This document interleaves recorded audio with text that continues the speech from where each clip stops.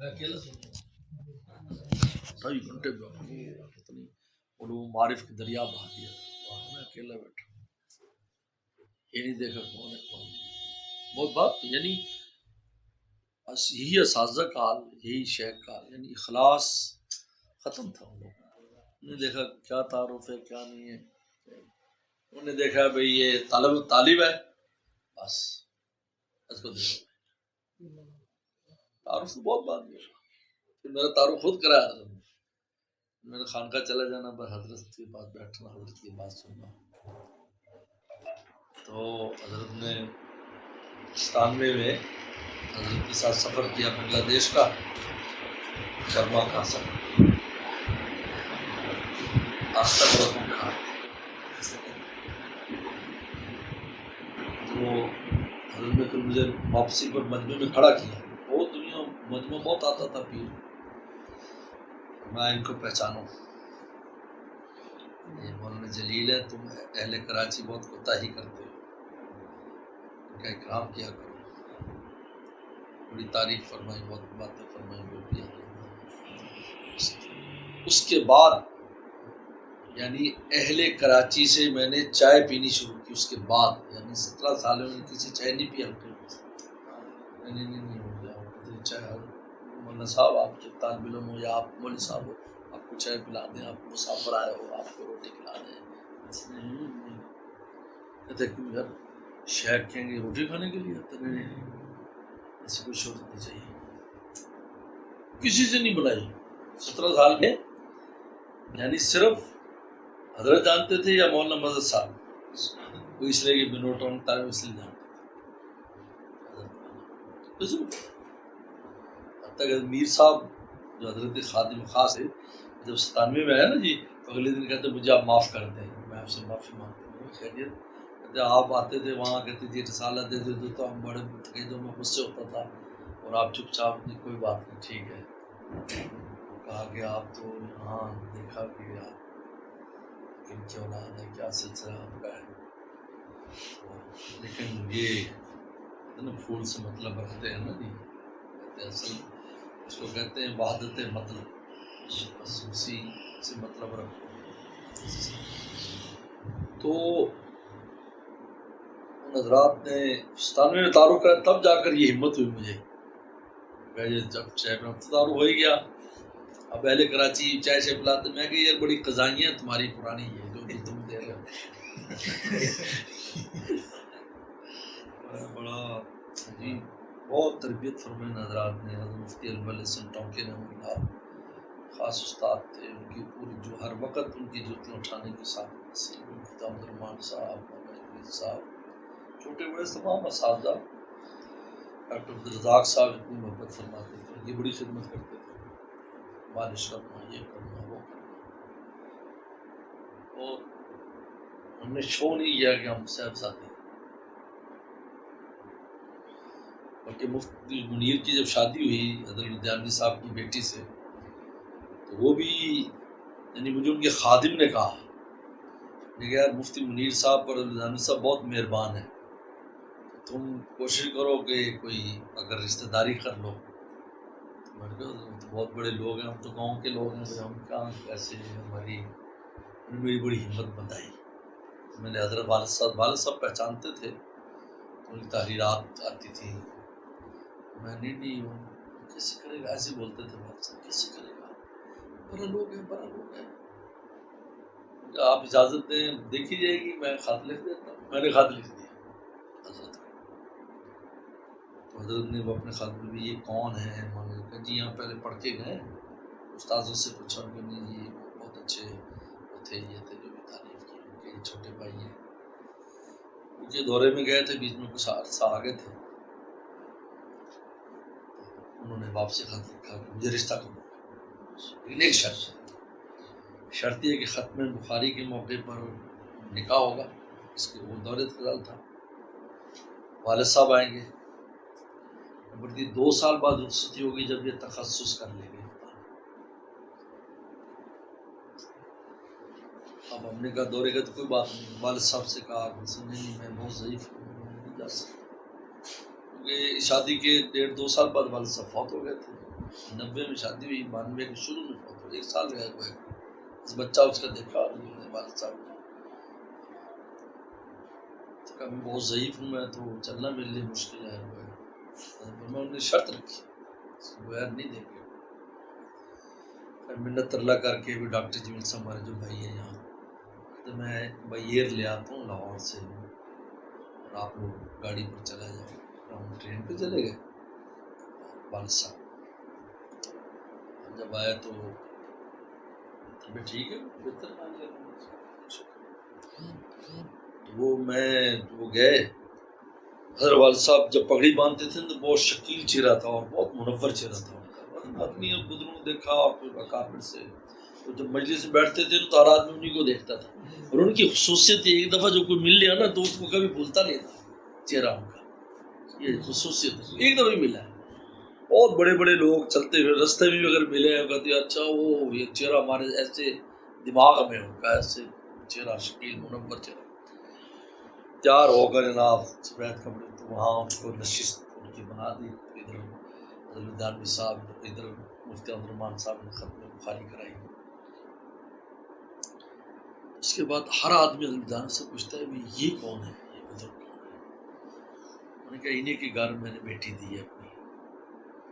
کہا جی آپ کو مبارک ہو، ان کے گھر جا رہی بیٹی ہماری، ایسے حضرت دانوی صاحب نے فرمایا کہ اس سوال کا میرے پاس کوئی جواب نہیں تھا کہ آپ نے کن کو دے دیا، آپ نے نہ خاندان دیکھا، نہ گھر بار دیکھا، نہ قوم قبیلہ پوچھا، اور آپ نے دے دی، میرے پاس ایک ہی اس کا جواب تھا، وہ آپ کے والد صاحب کی شخصیت، یہ دیکھ لو، کہتا اب لوگ مجھے مبارکباد دے رہے ہیں کہ آپ کی بات ہے،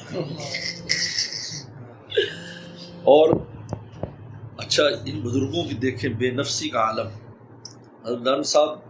اور والد صاحب کی پہلی ملاقات ہوئی شادی سے پہلے، صبح فجر کے بعد آئے ملنے کے لیے حضرت دانوی صاحب، کیونکہ بعد میں تقریب تھی 11 بجے،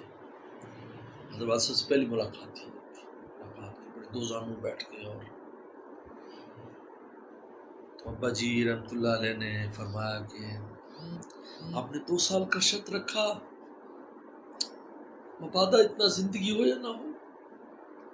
اپنا بیٹی کو میں خود لے کر جاؤں تو اچھا نہیں ہے، سبحان اللہ، پیاری گھر میں نہ ہو اور کچھ حضرت میں کہتا ہوں کہ بل بھی نہیں آیا، حضرت آپ کی بیٹی ہے، آپ میں آج ہی رخصتی کرتا ہوں، جی آپ کی بیٹی ہے، گھر میں تو قرآن بھیج گیا، بعد میں حضرت دانوی صاحب کی اہلیہ بڑی اچھی تھی، خالہ جی وہ بالکل پنجابی بولتی تھی، اور انہوں نے کہا جی انہوں نے تو گھرے آ کے دیے تھے قیامت برپا ہو گئی، نہ کپڑے تیار کی وہ جناب 2 جوڑوں میں ہی رخصت کر دیا، ان کا باقی سب بعد میں ہوتا پھرے گا، انکار نہیں کیا، اور اس کا یہ نتیجہ اور اعزاز ہوا کہ وہ بچہ والد صاحب کے گود میں ان کو کھیلنے کا اور دعائیں لینے کا موقع ملا، وہ امریکہ جیسے ماحول میں عالم بن گیا، حافظ بن گیا، ماشاءاللہ بھی حج پر آیا تھا، ہماری ملاقات کافی یعنی سمجھو 20 سال بعد ہوئی اس بچے سے، یہ امریکہ چلے گئے تھے مفتی منیر، تو حج پر ملا، ماشاءاللہ اتنا خوبصورت اور اتنا، اور دادا کی باتیں سننے کا اتنا شوقین کہ میں دادا کی بات سنوں، دادا کی، میں کہتا ہوں دادا تو مٹی پڑی ہوئی ہے نا اس لیے، وہ کہتے اگر 2 سال بعد رخصت والد صاحب تو ویسے ہی فوت ہو جانا تھا، کیونکہ 92 میں ہونی تھی، 92 کے شروع میں والد صاحب فوت ہو گئے، جناب بڑا عجیب، میں والد صاحب رحمۃ اللہ علیہ کی کرامت سمجھتا ہوں کہ ہم لوگ بالکل ایسے دور علاقے کے اور وہاں ایسا تعارف اور ایسے ہی وہ جناب ان بزرگوں تک پہنچے، بلکہ حضرت گئے نا ایک دفعہ حضرت مولانا عبد المجید صاحب لدھیانوی رحمۃ اللہ علیہ حضرت سید نفیس الحسینی شاہ صاحب کے ساتھ یہاں سے کراچی گئے تھے، تو اسی محلے میں ٹھہرے یا حکیم اختر صاحب رحمۃ اللہ علیہ تھے نا اسی محلے، تو حضرت کی صرف فالج کا وصف تھا، تو حضرت گئے تھے، تو حضرت جو نا وہ حضرت کے آئے تو مجلس عشاء کے فوراً بعد مجلس ہوتی تھی، اور حضرت ایسے وہیں خانقاہ سے ویل چیئر پر لے آتے تھے اور پھر یہاں لوگ بیٹھ جاتے تھے، اور بہت لوگ اوپر تک سیڑھیوں پر اوپر چھتوں پر چڑھ جاتے تھے، اور پھر حضرت کا مختصر بیان ہوتا یا کوئی نعت ہوتی،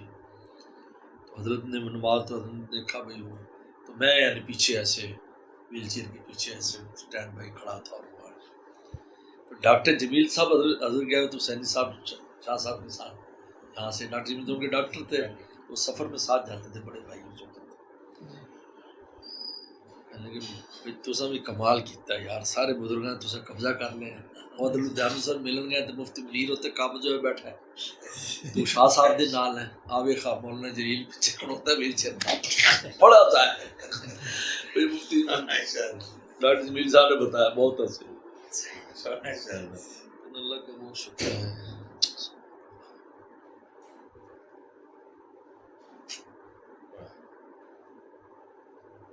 الحمدللہ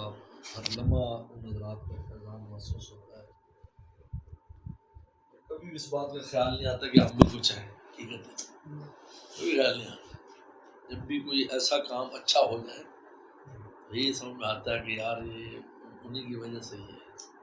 والدین کا خیال آتا ہے یا شیخ کا استاد کا خیال آتا ہے، نہیں تو کچھ بھی ہے بھی نہیں، اللہ ہی کام لینے میں۔ اس لیے حضرت والد صاحب ہمارے شیخ نے ایک بات شروع فرمایا کہ قابلیت کے ساتھ اگر قبولیت نہ ہو تو قابلیت کا کوئی فائدہ نہیں۔ بڑے بڑے قابل دنیا میں آئے اور ایسے چلے گئے، کام نہیں ہوا، کام نہیں ہوا۔ میں قبولیت اہم ہے، اللہ سے قبولیت مانگو کہ آپ کا علم قبول ہو جائے، آپ سے ایسا صدقہ جاریہ چھوڑ جاؤ پیچھے،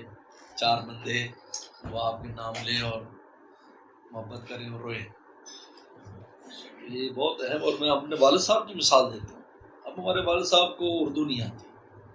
زبان نہیں آتی، علاقہ اپنا نہیں ہے، اور دین کی اتنی عظیم الشان خدمت ہے کہ آپ پورے ضلع باب نگر پر قبضہ ہے، فرمایا تخت بچھا دیا میں نے، اور تخت ہے، مجال نہیں کسی کو بھی کہ وہ مذہبی معاملے میں ہمارے بغیر جھیل سکے، مجال نہیں کوئی، سب طرح کرا ہے سیاست ہو، عام لوگ ہوں، سرکاری لوگ ہوں، کوئی بھی ہو،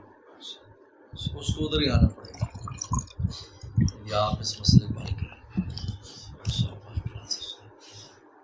ایسی جگہ ایسا آدمی